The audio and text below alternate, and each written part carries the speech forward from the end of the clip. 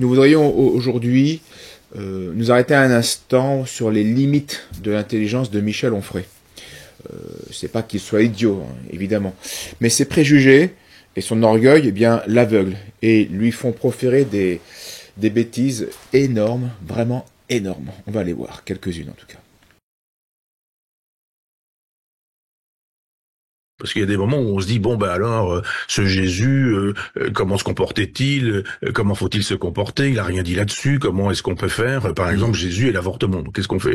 Il a dit qu'on pouvait avorter ou pas? Évidemment, Jésus ne dit rien. Donc, vous avez des philosophes qui commencent à disserter là-dessus. C'est-à-dire que l'histoire de l'Occident, c'est l'histoire de l'habillage de Jésus. Ce logos, ce verbe qui n'existe que comme verbe, il faut lui donner une existence réelle et concrète. Alors, est-ce que Jésus ne dit rien sur l'avortement?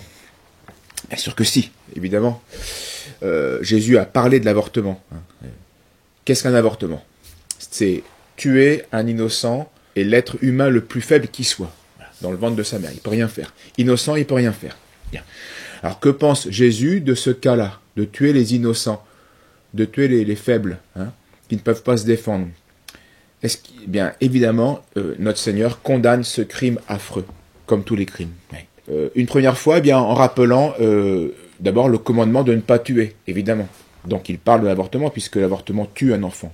Il rappelle donc ce commandement et il avertit que celui qui commet cet acte ignoble, eh bien, sera digne de la mort éternelle. Car Jésus parle près de 70 fois de l'enfer, de la mort éternelle dans les évangiles. Que si tu veux entrer dans la vie, observe les commandements. Tu ne tueras point.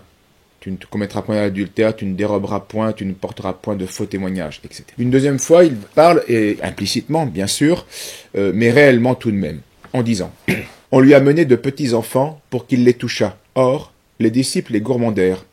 Jésus, à cette vue, fut indigné, et il leur dit « Laissez les petits enfants venir à moi, et ne les empêchez pas, car le royaume des cieux est à ceux qui leur ressemblent. » Alors, monsieur Onfray, à votre avis, en tuant un enfant dans le ventre de sa mère, est-ce qu'on lui laisse la possibilité à ce petit enfant d'aller à Jésus-Christ?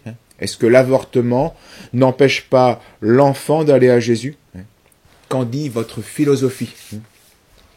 Jésus en parle encore une troisième fois de l'avortement en disant que ce que Dieu réserve à ceux qui justement empêchent les enfants d'aller à Jésus. Et celui qui scandalisera un de ces petits qui croient en moi, il serait mieux pour lui qu'on lui attache autour du cou une meule, un âne, et qu'on le jette dans la mer. Si ta main est pour toi une occasion de chute, coupe-la. Mieux vaut pour toi entrer manchot dans la vie que de t'en aller, ayant deux mains, dans la géhenne, dans le feu inextinguible. Là où le ver ne meurt point, et où le feu ne s'éteint point. Alors ce qui souille, déjà, simplement souiller l'âme des enfants mérite l'enfer, d'après l'évangile de notre Seigneur. Alors que mérite celui qui non seulement nuit à l'âme et tue le corps, et nuit à l'âme au point non pas de la souiller, mais de l'empêcher radicalement d'aller à Jésus? Évidemment, monsieur Onfray, je pense que vous pouvez maintenant, vous avez tous les éléments pour répondre de ce que dit Jésus sur l'avortement. La sexualité, la condamnation de la sexualité ne se trouve pas dans les évangiles. C'est saint Augustin qui s'en vient sexualiser le péché originel en nous disant ça se transmet du fait de naître, le péché originel est transmis. On dit, moi je suis pas responsable, moi j'ai pas mangé la pomme. Pourquoi est-ce que je subirais les effets, les foudres de Dieu du fait que Ève ait un jour consommé de la pomme? Alors, d'abord, gros nigo, il n'y a pas de condamnation de la sexualité dans la Bible. Relis l'Évangile, relis la Bible, il n'y a pas de condamnation de la sexualité. Il y a même un commandement d'en user, de s'unir à sa femme pour procréer et se multiplier. La sexualité qui est condamnée, c'est celle qui est hors du mariage. Car le mariage, c'est ce qui fonde la société apte à recevoir la vie, à la descendance. Bien. Donc en dehors de ce vrai amour qui fait qu'on se donne l'un à l'autre pour toujours et pour fonder une famille, on se donne totalement, eh bien en dehors de cet acte d'amour, la sexualité, ah oui, alors à ce moment-là elle est déréglée et elle est condamnée, parce qu'elle devient source de drame, de narcissisme, d'égoïsme, d'impureté, de déception, de rivalité, de jalousie, etc. Ensuite, oui, le péché originel se transmet de génération en génération, oui, c'est un fait. Quand une femme droguée met au monde son enfant, eh bien, le gamin n'a rien demandé, il n'empêche eh bien que lui aussi est en manque de la drogue de sa mère, parce que son sang est contaminé par sa mère.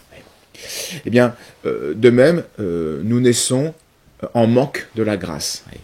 Et cela n'est pas tant le résultat d'une volonté première divine, mais la conséquence des actes de nos premiers parents. Car nous sommes libres et nos actes ont des conséquences. Voilà pourquoi nous serons châtiés. Nos actes ont des conséquences pour nous-mêmes et sur les autres. Si je tire dans un buisson dès que ça bouge, sans vérifier que derrière il y a un sanglier, et que je tire et que en fait c'était mon collègue chasseur qui était à quatre pattes en train de chercher ses clés, eh bien le collègue de chasse n'a rien demandé, n'empêche qu'il va se prendre la décharge de ma cartouche et il va tout de même eh bien en mourir, et cela par ma faute. Donc Dieu le permet parce qu'il n'est pas tenu de faire constamment et à tout instant des miracles pour réparer nos désobéissances, nos actes défectueux et insensés.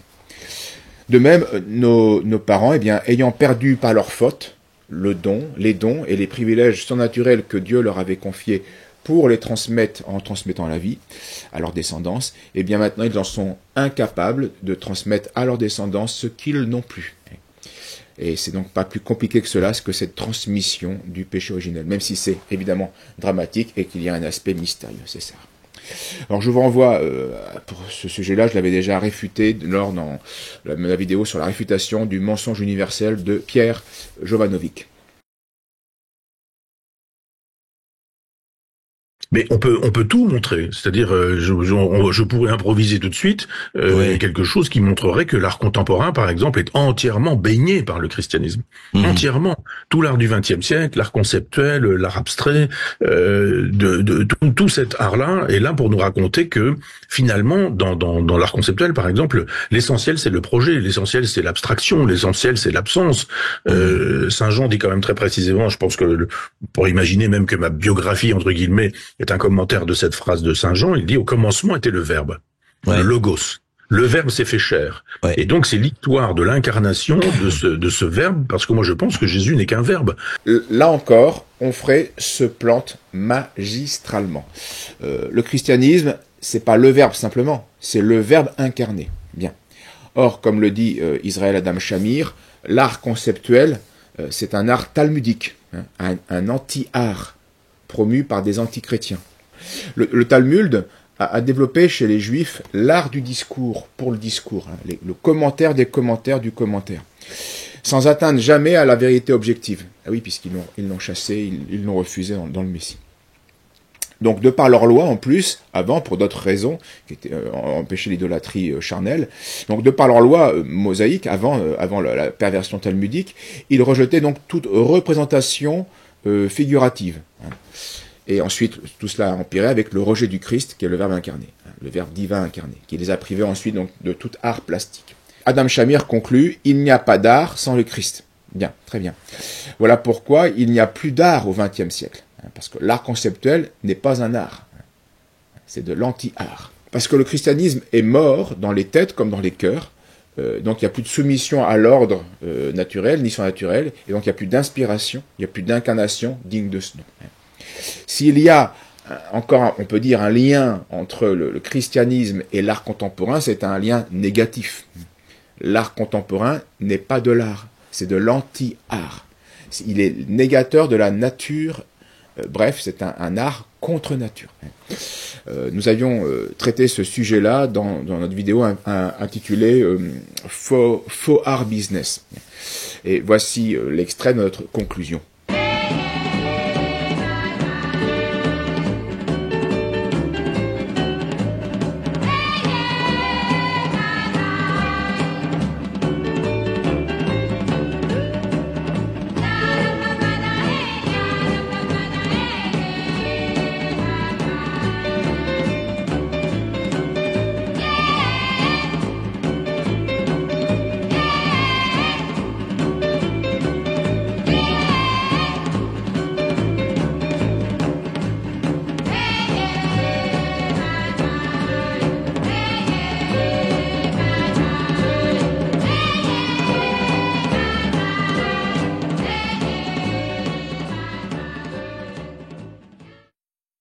Die Kunst muss, ein solches Ziel zu erreichen, auch wirklich Verkünderin des Erhabenen und Schönen und damit Trägerin des Natürlichen und des Gesunden sein. Es ist nicht die Aufgabe der Kunst, im Unrat, des Unrates wegen zu wühlen, den Menschen nur im Zustand der Verwesung zu malen, Crétez als Symbol der Mutterwerdung zu zeichnen und krumme Idioten als Repräsentanten der männlichen Kraft hinzustellen. Er hat wohl keine Ahnung, dass es nicht die Aufgabe der Kunst ist, den Menschen an seine Degenerationserscheinungen zu erinnern, als vielmehr den Degenerationserscheinungen durch den Hinweis auf das ewig Gesunde und Schöne zu begegnen. Adolf Hitler, critique d'art.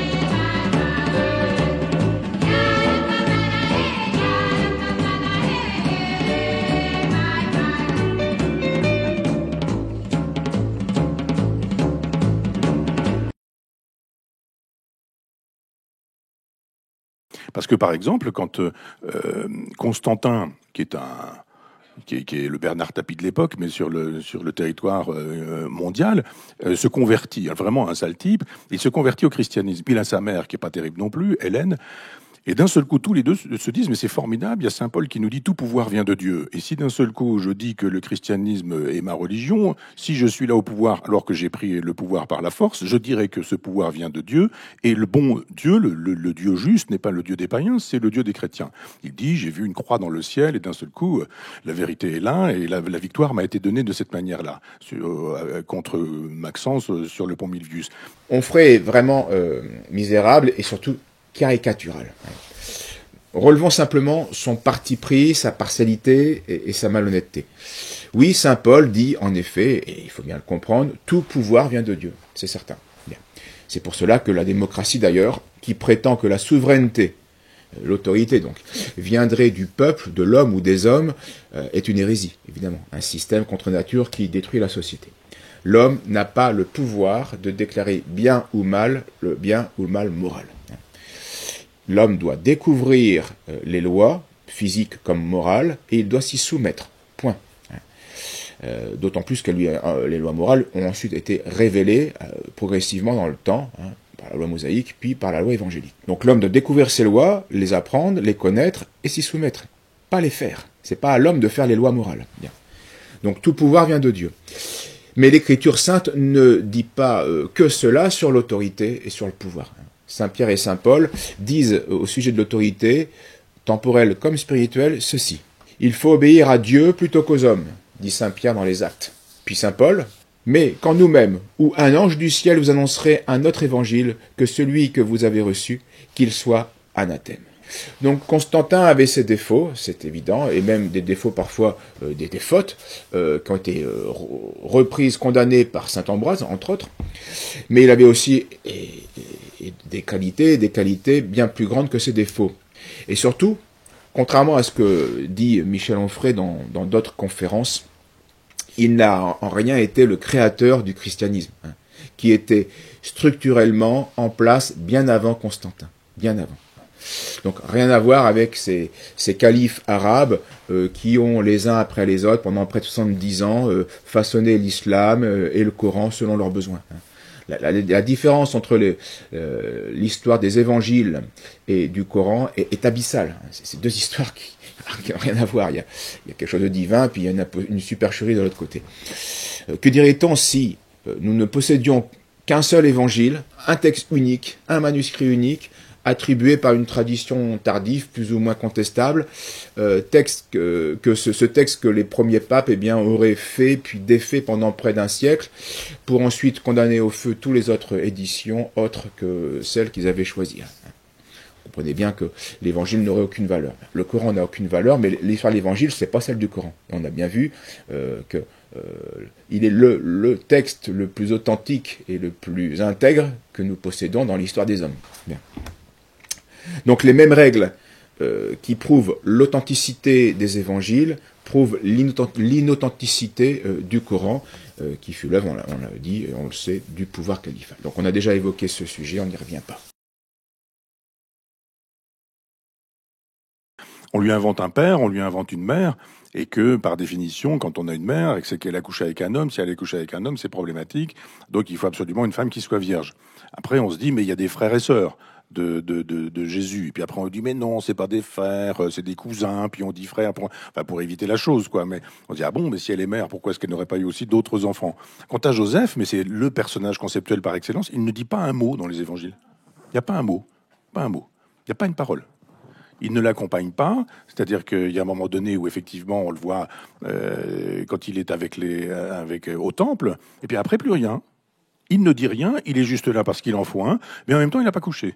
On dit donc que là, ça n'existe pas, la sexualité, elle est mère et vierge, bien que Jésus ait des frères, et puis en même temps cet homme, on ne sait pas d'où il vient, qui il est, s'il est mort, quand il est mort, comment il est mort, etc. Au pied de la croix, il n'est pas là, il ne l'accompagne nullement, il y a zéro parole de Joseph.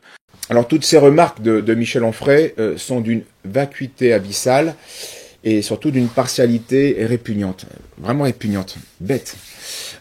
Commençons par le silence de Joseph. Point de parole, évidemment, rapporté, évidemment, c'est un fait, point de parole rapporté dans les évangiles, ça ne veut pas dire que Saint Joseph était un muet, évidemment. Ce silence des évangiles nous porte à croire, nous indique que le père légal, donc Joseph de Jésus, est mort au cours des 30 premières années de la vie cachée de son fils. Là, il n'y avait pas de vie publique, donc il n'y avait pas de raison de rapporter, c'était une vie sainte, cachée du monde, et donc sans chose spectaculaire à rapporter, sans chose importante. Ensuite, si les évangélistes n'ont rapporté aucune parole dite par Joseph durant l'enfance de Jésus, eh bien c'est que la grandeur de Joseph réside moins dans ce qu'il aurait pu dire, mais surtout mais bien dans ce qu'il a fait, dans ce qu'il était. L'époux virginal de Marie, le père légal, légitime, protecteur et nourricier de Jésus. Voilà la grandeur de Joseph. C'est pas les paroles qui font sa grandeur, ce sont ses actes. Ce silence de Joseph, ensuite, c'est un enseignement en lui-même. Les évangiles montrent à la fois que Saint Joseph a un rôle privilégié, mais aussi d'importance secondaire par rapport à la rédemption et à la mission du Christ. Et donc, il est logique que Saint Joseph s'efface devant sa femme, qui est l'Immaculée Conception, et devant son fils, qui est le Verbe divin incarné. Joseph a beau être le chef de la Sainte Famille, il est le moins digne et le moins saint des membres de cette famille. Et surtout, dans l'œuvre de la rédemption, qui est l'œuvre du Christ, eh bien, Joseph n'y a coopéré que de manière très indirecte. Importante, privilégiée, mais indirecte. En préparant cela. Mais pas directement à la croix. Et ceci, par contre, c'est Marie, l'Immaculée Conception, qui va avoir un rôle direct, relatif, mais direct dans la rédemption, en accompagnant son fils durant toute sa vie publique et dans les moments charnières de la rédemption. Donc Cana, la croix, la Pentecôte. Enfin, Joseph donc ne coopère que indirectement à l'œuvre du Christ, mais sa place est indispensable. Il ne convenait pas que Marie soit une femme seule, isolée avec son enfant. D'abord parce que ça aurait été un risque d'infamie pour elle, parce que beaucoup de gens n'auraient pas cru comme aujourd'hui à sa virginité. Et puis surtout, le Christ ne voulait pas que naître dans une famille mutilée, bâtarde. Non, c'est une vraie famille, un vrai époux, une vraie femme, mais même si l'enfantement et la conception est miraculeuse. Il fonde une vraie famille. Donc Dieu voulait naître dans une vraie famille, certes hors du commun, avec un aspect miraculeux, mais une vraie famille.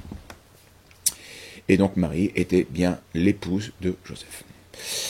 Ensuite, pourquoi Joseph et Marie, qui sont au cœur donc dans la rédemption messianique, pourquoi n'auraient-ils pas pu être inspirés de faire ce que des époux chrétiens par la suite ont décidé de faire eux-mêmes, à savoir de contracter un mariage certes, mais un mariage angélique, uniquement pour se soutenir l'un l'autre dans la vie spirituelle, et pas pour procréer.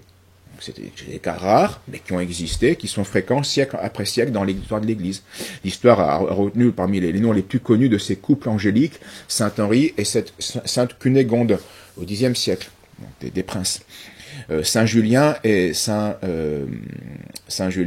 et Basilis au IVe siècle, Sainte Mélanie et Saint Pignin toujours au Ve siècle, Sainte Pulchérie et Marcien au Ve siècle, Sainte Éléazar et Sainte Dauphine au XIVe siècle, et puis Sainte Cécile et Valérian au IIIe siècle. Tous ces époux vivaient comme des frères et des sœurs, vraiment époux, mais chastes comme des frères et des sœurs. Et donc ces couples, en fait, ont fait de leur vie une anticipation de la vie céleste. Et ils ont à la fois lié un aspect religieux monastique à un aspect mondain et conjugal. Et donc leur vie était comme une anticipation de la vie céleste, de l'état qui sera celui de l'humanité après la résurrection générale des corps, où il n'y aura plus ni d'époux ni d'épousailles, mais nous serons comme des anges, dit l'Évangile. Donc leur continence était toute surnaturelle, en vue du royaume des cieux. Et bien sûr, cette vocation très particulière ne s'explique que par le mystère révélé du Christ. Et il est évident que Marie et Joseph étant au cœur de ce mystère, eh bien, eux-mêmes sont le premier couple angélique de l'histoire chrétienne. En ce qui concerne la naissance miraculeuse du Christ par l'opération du Saint-Esprit dans la Vierge Marie, eh bien, cette naissance n'est pas plus admirable que la création d'Adam. C'est la toute-puissance de Dieu qui a créé Adam à partir de rien. Il n'était pas plus difficile de créer Jésus dans le sein de la Vierge Marie. Et puis, pas plus difficile non plus à faire, à réaliser que la création d'Ève uniquement à partir de la côte d'Adam. Eh bien, Jésus a été créé par Dieu dans le sein de Marie à partir du patrimoine génétique de Marie. Voilà. C'est pas à partir d'une côte, c'est pas à partir de la glaise comme pour Adam, c'est à partir de la matière, donc on peut dire l'ovule, l'ovaire donc de Marie qui a été comme multiplié et virilisé par la puissance divine. Voilà. Oui, Dieu est créateur, donc il n'y a rien d'extraordinaire. Enfin, c'est extraordinaire pour nous, mais il y a rien par rapport à Dieu, il n'y a rien de difficile. L'objection des frères de Jésus est classique, elle revient régulièrement par ignorance de la réfutation, qui est définitive. Nos évangiles, en effet, mentionnent plusieurs fois cette expression « les frères de Jésus ». Il y a au moins 7-8 passages. Bien.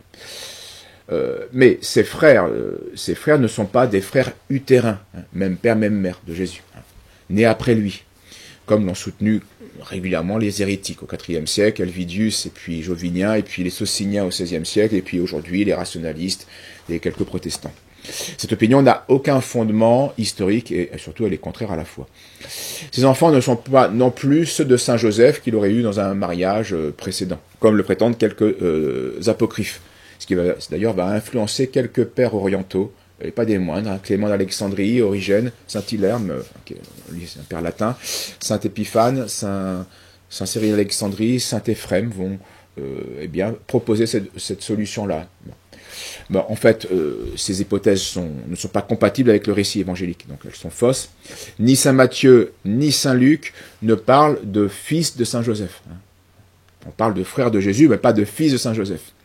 Donc, s'il y avait des fils de Saint Joseph, on devrait les trouver à Bethléem pour le recensement, et ils auraient dû suivre leur père en Égypte avec Jésus. Parce que quand les évangiles parlent des frères de Jésus, le contexte montre qu'ils sont plus âgés que lui. Alors un philosophe comme Onfray a apparemment du mal à comprendre qu'on puisse, et il n'est pas le seul, qu'on puisse user du terme frère de manière analogique au sens large, au sens de voisin, au sens de cousin, au sens de même village, etc. On sait qu'en hébreu, le mot frère a une acception beaucoup plus étendue que dans nos langues occidentales, où un frère, c'est un frère, même père, même mère. Dans les langues orientales, c'est pas comme ça. Dans l'Ancien Testament, c'était pas comme ça non plus. Ça désigne fréquemment, au sens large, un parent. On le voit dans Genèse chapitre 13, où Lot est appelé le frère d'Abraham. C'est pas même père, même mère. C'est pas ça le lien de parenté. Dans l'Ancien Testament, toujours, on a Laban qui est le frère de Jacob. Là encore, c'est l'oncle, c'est pas le frère. Oui, mais dans les langues orientales, frère, c'est un parent, voilà. Une manière de parler. Donc cette manière de parler est passée ensuite dans les Septante, et puis par cette version, c'est devenu une manière de parler dans le Nouveau Testament. Bien. Rien d'extraordinaire à cela. Malgré le fait que c'est vrai que le grec a bien un mot pour désigner le frère et un autre mot pour désigner le cousin, c'est vrai. Mais les évangiles ont été écrits en hébreu, dans un mode de pensée sémite, et ensuite seulement traduits en grec. Bien. Donc l'usage du mot frère au sens large est donc une trace de sémitisme dans les évangiles. De nos jours encore, le mot frère chez les sémites, et puis aussi ailleurs, en Afrique, moi j'y ai été, j'ai eu le cas, le mot frère s'applique à tout individu appartenant au même clan, à un même village. J'avais un cuisinier qui était béninois, il m'a dit tiens, je te présente mon frère. Ah, il dit même père, même non, on est du même village. Ils étaient expatriés au Gabon. Il est béninois, un béninois rencontre un béninois au Gabon, ils sont des frères, c'est tout. C'est pas plus compliqué que ça. Même s'il y a dans leur langue un mot pour dire cousin, oncle, machin, non, on est frères. On est du même village. Donc ensuite, aucun de ces frères du Seigneur n'est appelé fils de Marie ou fils de Joseph, on l'a dit. Bien mieux, Jésus est appelé par saint Marc, donc le plus précis, le fils de Marie, avec un article, ce qui est de nature à bien montrer qu'il est le fils unique de Marie. Donc un seul enfant, Jésus. En mourant, ensuite, Jésus va confier sa mère à saint Jean, son disciple, qui n'a pas de lien de parenté direct, et si Jésus avait eu d'autres frères, eh bien c'est à ses frères, selon la loi, qu'il aurait dû remettre sa mère, et pas à un étranger, fût-il un disciple. Donc la chose serait inexplicable, donc s'il y avait bien eu des frères au sens littéral, comme on veut le prétendre, d'autant plus que les frères au sens large sont toujours présents au Cénacle, où il y a Marie, les apôtres et les frères de Jésus. Alors pourquoi ne pas avoir confié Marie à ses frères? Bien. Donc s'il est hors de doute que les frères du Seigneur, les frères de Jésus, ne sont ni les fils de la Sainte Vierge Marie, ni ceux de Saint Joseph, d'un autre mariage, il est par contre plus difficile d'établir le lien de parenté exact qui existe entre ses frères, ses sœurs et notre Seigneur.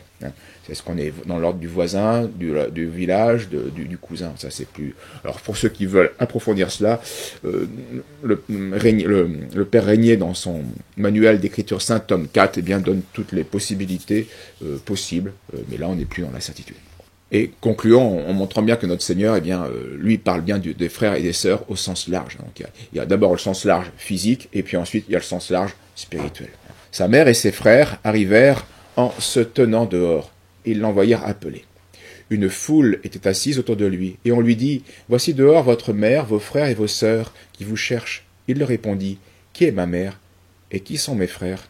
Puis, promenant ses regards sur ceux qui étaient assis en cercle autour de lui, « Voici, dit-il, ma mère et mes frères. Car celui qui fait la volonté de Dieu, celui-là est pour moi frère, sœur et mère. »